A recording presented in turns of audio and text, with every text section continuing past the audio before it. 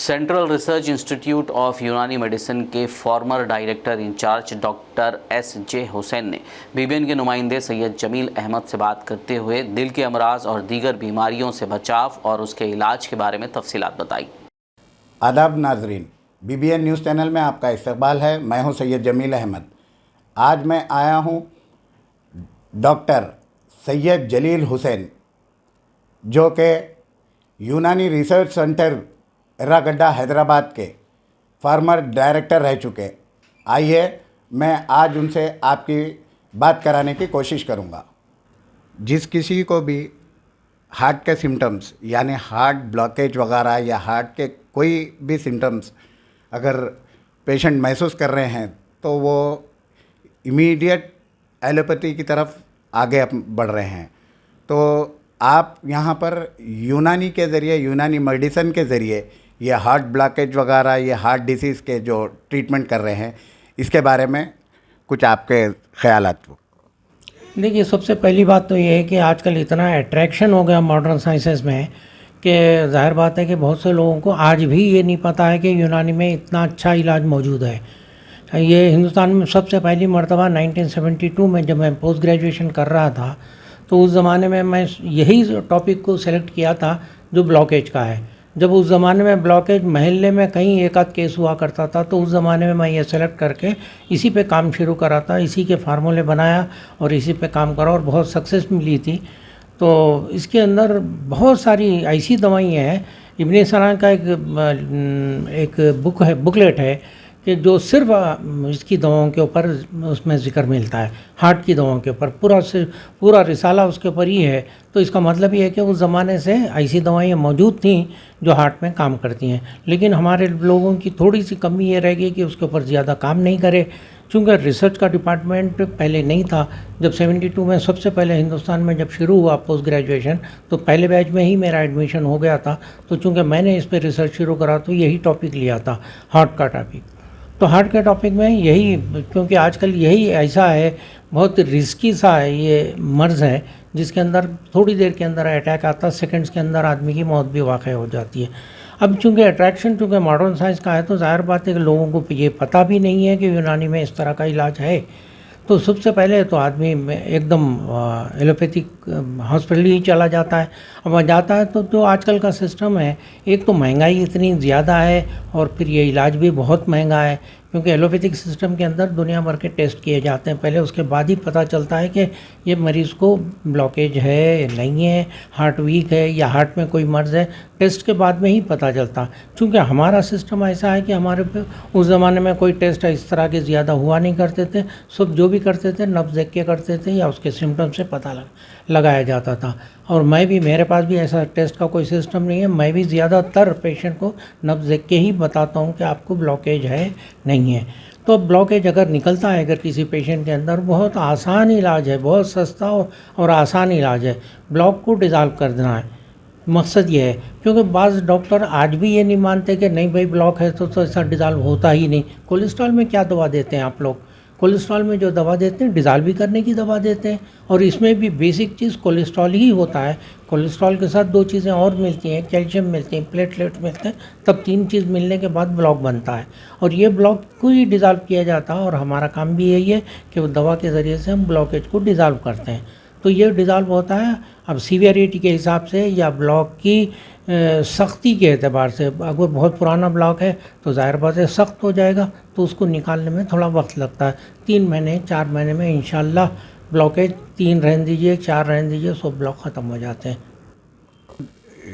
मतलब जैसे कि ब्लॉकेज है, ब्लॉकेज पे आप जब से आपके सर्विसेज रहे तो मुझे जानना यह है कि आपकी सर्विस में आपके पास यहाँ पर जो पेशेंट्स आते तो क्यूर कितने % क्यूर हुआ है अभी तक ये पेशेंटों में?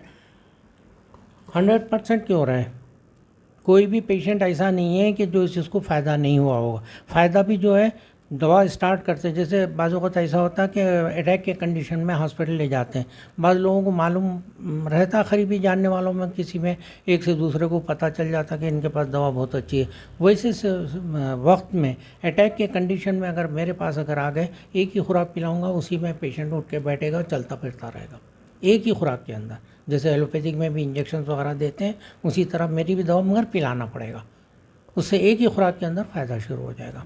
सर और एक चीज़ ये है, मासूम पैदा हुए सो बच्चों में भी ये हार्ट डिसीज़ वगैरह ऐसे कुछ ऐसे चीज़ होते हैं जो मतलब उनके दिल में सुराख होना, कुछ ऐसे ऐसी वो रहते हैं, इसके बारे में आप क्या बोलेंगे सर?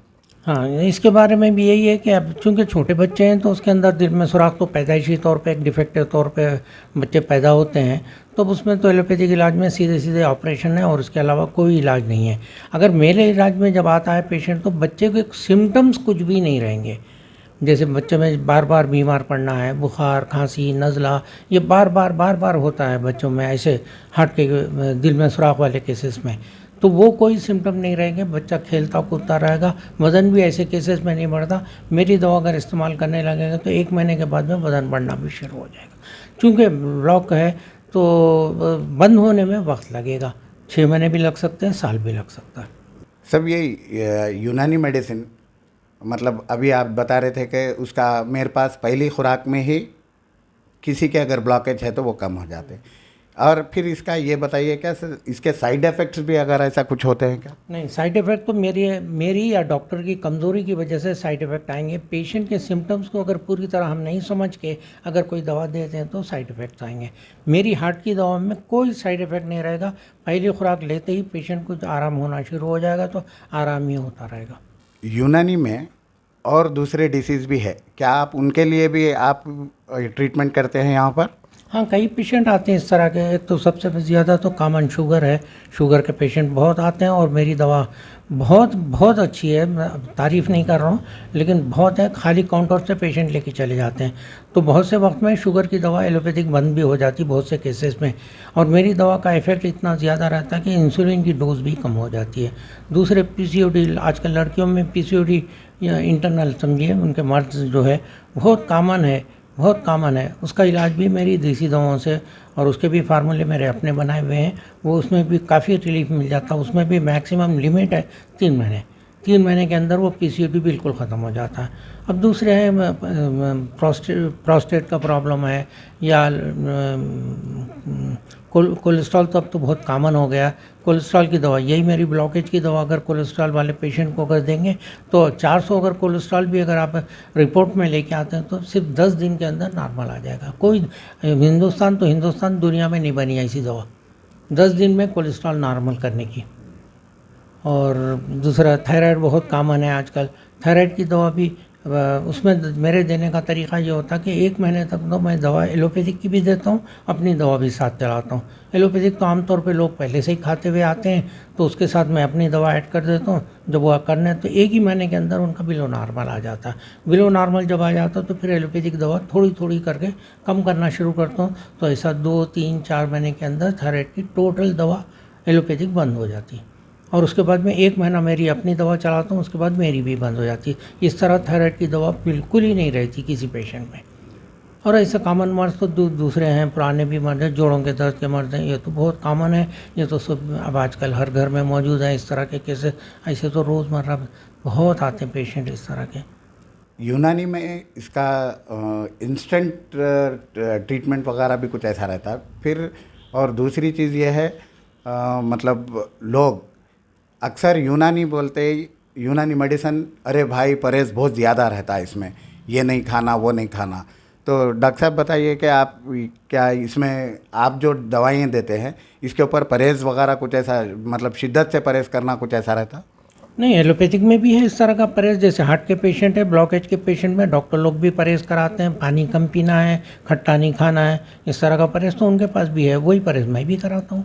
हमारे परहेज़ में भी यही 2 चीज़ें शामिल है कि खट्टा नहीं खाना है और पानी कम पीना है। अगर पानी ज़्यादा पिएंगे तो लंग्स के अंदर पानी आ जाने का डर रहता है, वो अगर आ गया तो फिर वेंटिलेटर पे भी जाना पड़ सकता है, दम चढ़ने की शिकायत बढ़ जाएगी।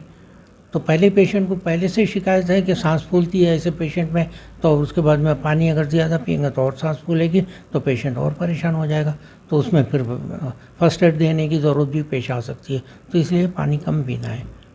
मैं बताया ना, अगर मर्ज सही पहचान लिए, ये तो फिजिशियन की कमी की बात हो सकती है, अगर मर्ज सही पहचान लिए और दवा सही चूज़ करे तो इमीडिएटली रिजल्ट आता। मैं बताया ना, हार्ट के केस में अब इससे ज़्यादा तेज़ किसी को पता ही नहीं है। आप एलोपैथिक में जाइए तो इमीडिएटली हार्ट के पेन के लिए सॉर्बिट्रेट देते हैं। मेरी एक खुराक पीना पड़ेगा, आप पीजिए, उससे तेज़ इफेक्ट मेरी दवा पे आ जाएगा, मेरा ब्लॉक भी डिज़ॉल्व होने लगेगा। तो बोलने का या मेरा मतलब ये है कि हमारे पहचानने के ऊपर है। मछान के सही दवा अगर चूज़ करेंगे तो इमीडिएटली रिजल्ट आता। अब बहुत सारे आते हैं मेरे पास, कोलेस्ट्रॉल के आते हैं बहुत ज़्यादा, नौजवान बच्चे तो दावतें वावतें खूब अटेंड करते हैं, कोलेस्ट्रॉल बढ़ाए हुए रहते हैं, आके खाली काउंटर पे से लेके जाते हैं। यही काढ़ा जो ब्लॉकेज का है, कोलेस्ट्रॉल की दवा दो बोल के काउंटर से लेके चले जाते हैं। तो वो बताया ना मैंने, 400 भी अगर कोलेस्ट्रॉल रहा तो 10 दिन के अंदर आपका कोलेस्ट्रॉल नॉर्मल हो जाता है। इससे तेज़ दवा तो आप खुद सोच, आप देख लीजिए, आप तो आपको इस तरह की बातें दुनिया में नहीं बनी ऐसी दवा, हिंदुस्तान तो दूर की बात है, इतनी तेज़ दवा है। तो वो दवा मैं ब्लॉकेज में देता हूँ, तो ब्लॉकेज कैसे नहीं क्लियर होगा। सब ये अभी बता रहे थे आप, ये सैब्रिटॉट कुछ ऐसी जो गोली है, ये मतलब हार्ट के सिम्टम्स घर में रहते हुए या रास्ते पे चलते हुए कुछ ऐसे सिम्टम्स आ जाते तो लोग ये गोली को इस्तेमाल करते हैं। क्या ये गोली अपने पास रखना, घरों में रखना, इसका इस्तेमाल करना कहाँ तक सही है? नहीं, सही है, कोई हर्ज नहीं है उसमें रखने में। वैसी दवा मेरे पास भी है, टैबलेट फॉर्म में मैं भी बनाता हूँ, है मेरे पास भी है।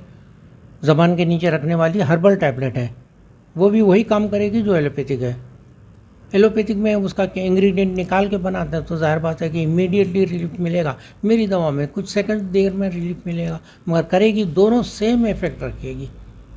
लेकिन चूँकि मुश्किल क्या है, वो दवा इतनी इजीली अवेलेबल नहीं है यहाँ हिंदुस्तान में, बाहर से मंगाना पड़ता है, उसका क्रूड हालत में मंगाता हूँ मैं, मेरे पास भी है। तो वो उसकी टैबलेट अगर बना दिए तो वो टैबलेट आसानी से, वो वैसोडायलेटर बोलते हैं, ऐसी पे खून की नालियों को फैला देती वो दवाएँ।